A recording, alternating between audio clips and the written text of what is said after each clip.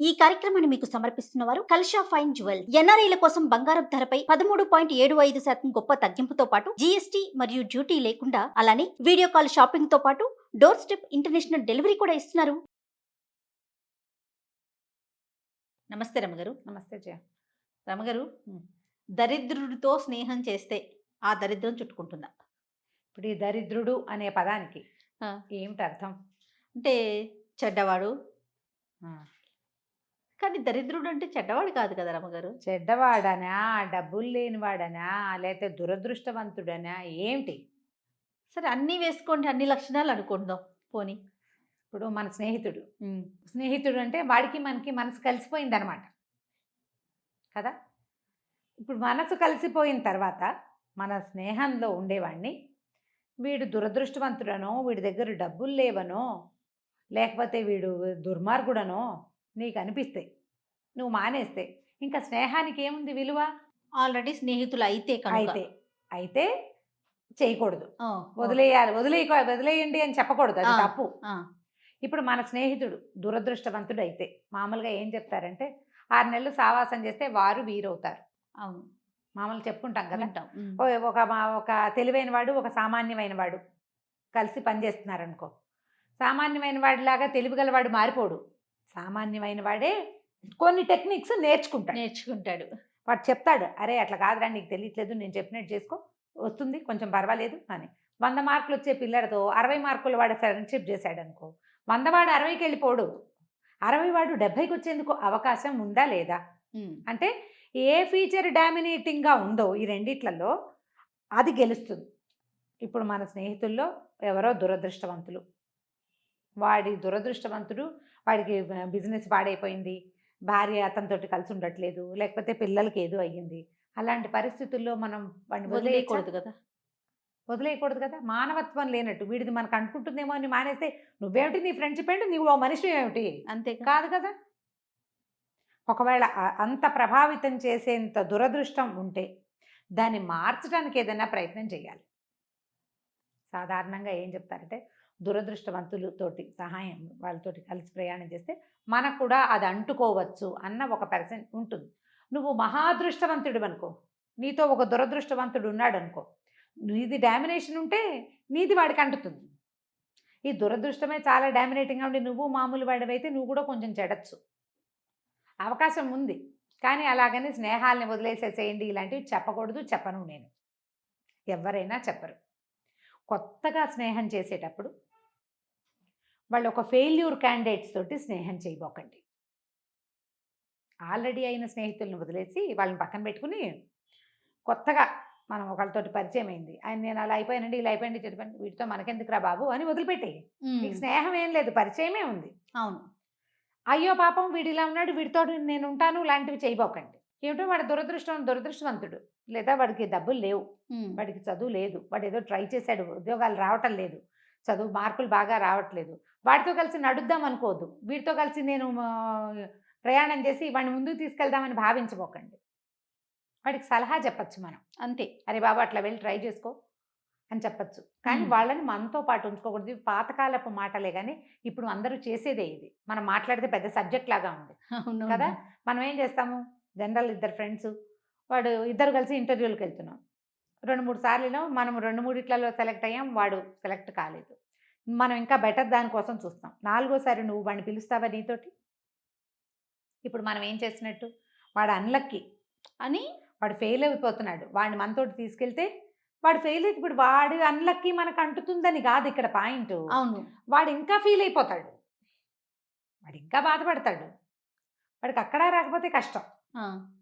ఎందుకు వచ్చింది అట్లా తీసుకుంటాం, ఎందుకు వచ్చింది వాడికి చెప్తే వాడు ఏడుస్తాడేమో అని. ఇప్పుడు మంచి భాష అయితే అన్లక్కీ ఇలా అని చెప్తున్నాను నేను. ఎందుకు వచ్చింది, వాడు ఏడుపు కొడుతుంది మనకి, అది అనిపిస్తుంది.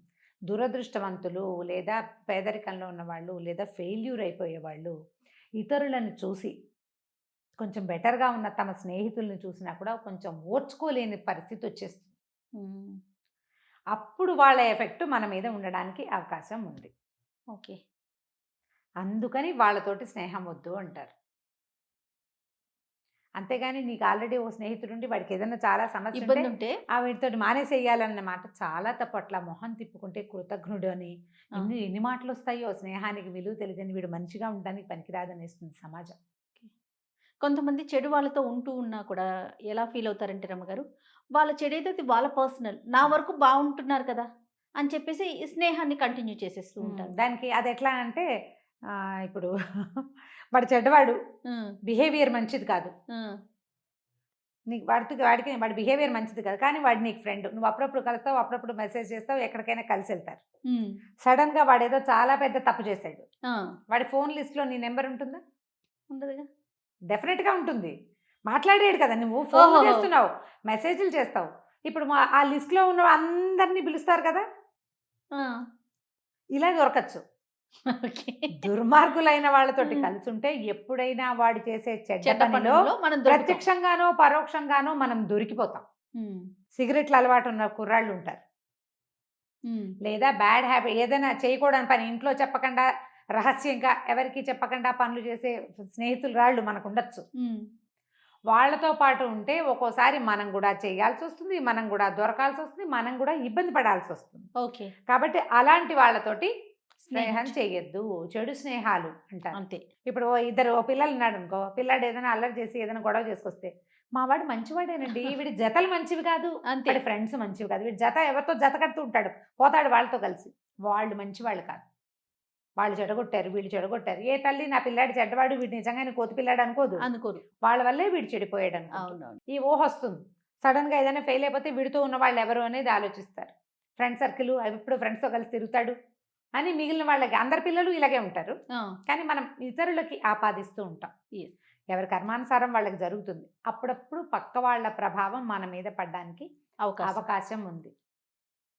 ఆ అవకాశం వల్లే ఈ మాట వస్తుందన్నమాట, దరిద్రులతో స్నేహం చేస్తే వాడి దరిద్రం మనకు కూడా చుట్టుకుంటుంది అని. అలాగని ప్రతివాడు వదిలేస్తే ఈ దరిద్ర నారాయణుడు ఏమైపోవాలి పాపం. ఒక్కొక్కరు ఒక్కొక్క దాంట్లో దరిద్రం అనుభవిస్తూ కదరమ్మ గారు. అందరూ అన్ని చోట్ల పర్ఫెక్ట్ గా ఉండలేకపోతాం. ఈ ఇద్దరు స్నేహితుల్లో ఒకడు ఎవరిది స్ట్రాంగెస్ట్ థింగ్ అయితే ఆ స్ట్రాంగెస్ట్ థింగ్ రెండో వాడిని ప్రభావితం చేసే అవకాశం ఉంటుంది. పరిశీలించుకోండి మీ స్నేహాల్ని. అంతే అంతే. మనం బాగు చేయగలిగి సరి చేయగలిగే ఇబ్బందులు మీ ఫ్రెండ్స్ దగ్గర ఉంటే సరి చేయడానికి ట్రై చేయండి. వాటి ఎఫెక్ట్ మీ మీద పడకుండా, వాటి ఎఫెక్ట్ మీ మీద పడకుండా దీన్ని సెట్ చేసుకోండి. ఓకే, స్నేహాన్ని వదులుకోవాల్సిన పని ఏమీ లేదు. చుట్టుపక్కల వాళ్ళతోటి కూడా ఉంటాయి జయ. ఇప్పుడు స్నేహితుడు అని చెప్పుకుంటున్నాం కాదు, పక్కింటి ఆవిడ అన్నిటికీ అందరితోటి పోట్లాడుతుంది, నీతో బాగానే ఉంటుంది, రేపు నీతో పోట్లాడదు, అంతే కదా. ఎప్పుడో తెక్కొచ్చినప్పుడు నీ మీద కూడా పడుతుంది.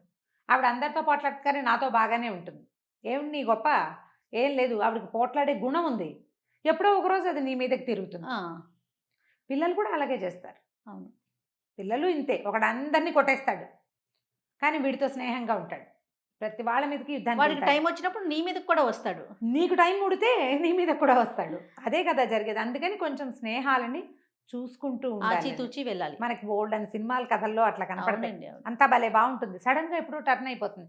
అది సినిమాటిక్ కాదు, రియల్ లైఫ్ లో కూడా జరుగుతాయి అట్లా. నేను చెప్పింది సింపుల్ ఉదాహరణే. పక్కింటి ఆంటీ ఆవిడ అందరితో చక్కగా బాగుండేవాళ్ళు కొంతమంది ఉంటారు, బాగుండేవాళ్ళు అందరితోటి బాగుంటారు, పోట్లాడేవాళ్ళు ఎప్పుడైనా సందర్భం వెతికితే చాలు, దొరికితే చాలు. కాబట్టి దురదృష్టవంతులని, దౌర్భాగ్యులని, దరిద్రులని భావించిన వాళ్ళు మీ క్లోజ్ ఫ్రెండ్స్ అయితే వాళ్ళని అందులోంచి బయటపడేయడానికి ప్రయత్నం చేయండి. కొత్తగా కనుక స్నేహం అనుకుంటే కనుక దూరంగా ఉండండి. అంతే. రైట్ రమ్మ గారు, నమస్తే. నమస్తే జీ.